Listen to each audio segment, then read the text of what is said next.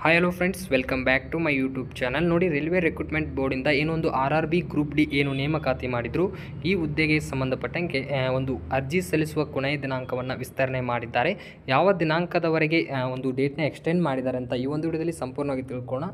So ಅದಕ್ಕೂ ಮುಂಚೆ ಇನ್ನೂ ಯಾರು ನಮ್ಮ ಟೆಲಿಗ್ರಾಮ್ ಗ್ರೂಪ್ಗೆ ಜಾಯ್ನ್ ಆಗಿಲ್ಲ, ಆದಷ್ಟು ಬೇಗನೆ ನಮ್ಮ ಟೆಲಿಗ್ರಾಮ್ ಗ್ರೂಪ್ಗೆ ಜಾಯ್ನ್ ಆಗಿ, ಮತ್ತು ಈ ವಿಡಿಯೋ ನಿಮಗೆ ಇಷ್ಟ ಆದರೆ ಆದಷ್ಟು ಸಬ್ಸ್ಕ್ರೈಬನ್ನು ಮಾಡ್ಕೊಳ್ಳಿ. ಬನ್ನಿ, ಏನು ಒಂದು RRBಯಿಂದ ಅಪ್ಡೇಟ್ ಬಂದಿದೆ ಅಂತ ನೋಡ್ಕೋಣ. ಒಂದು RRB ಗ್ರೂಪ್ ಡಿಗೆ ಸಂಬಂಧಪಟ್ಟಂಗೆ ಒಂದು ಪೇಮೆಂಟ್ ಡೇಟ್ ಆಗಿರ್ಬೋದು, ಒಂದು ಎಡಿಟ್ ಏನೋ ಒಂದು ಕರೆಕ್ಷನ್ ಡೇಟ್ ಆಗಿರ್ಬೋದು, ಎಲ್ಲ ಒಂದು ಡೇಟ್ನ ಅವರು ಎಕ್ಸ್ಟೆಂಡ್ ಮಾಡಿದ್ದಾರೆ.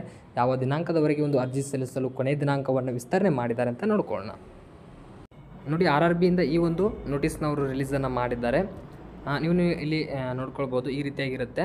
ನೋಡಿ, ಒಂದು ಕ್ಲೋಸಿಂಗ್ ಡೇಟ್ ಆಗಿರ್ಬೋದು, ಒಂದು ಆನ್ಲೈನ್ ಸಬ್ಮಿಷನ್ ಆಫ್ ಅಪ್ಲಿಕೇಶನನ್ನು ನಿಮಗೆ ಈಗಾಗಲೇ 22/2/2025 ಒಂದು ಅಪ್ಲಿಕೇಶನ್ ಕೊನೆಯ ದಿನಾಂಕವನ್ನು ಈಗಾಗಲೇ ನೀಡಿದ್ರು. ಆದರೆ ಅದನ್ನು 1/3/2025 ಒಂದು ಲಾಸ್ಟ್ ಡೇಟ್ನ ಅವರು ಎಕ್ಸ್ಟೆಂಡನ್ನು ಮಾಡಿದ್ದಾರೆ. ನಿಮಗೆ ಇನ್ನೂ ಒಂದು 9 ಡೇಸ್ ಆಗಿರ್ಬೋದು ಅಷ್ಟು ಎಕ್ಸ್ಟೆಂಡ್ ಮಾಡಿರ್ತಾರೆ. ಇದರ ಜೊತೆಗೆ ಒಂದು ಪೇಮೆಂಟ್ ಡೇಟನ್ನು 3/3/2025 ಒಂದು ಡೇಟ್ನ ಎಕ್ಸ್ಟೆಂಡ್ ಮಾಡಿದ್ದಾರೆ.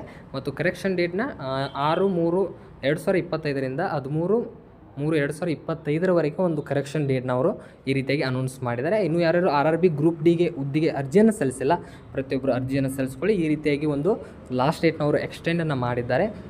ಇದಕ್ಕೆ ಸಂಬಂಧಪಟ್ಟಂಗೆ ನಾನು ಪ್ರತಿಯೊಂದು ಅಪ್ಡೇಟ್ ನಾನು ಕೊಡ್ತಾ ಇರ್ತೀನಿ, ಆದಷ್ಟು ಟೆಲಿಗ್ರಾಮ್ ಗ್ರೂಪಿಗೆ ಜಾಯ್ನ್ ಆಗಿ.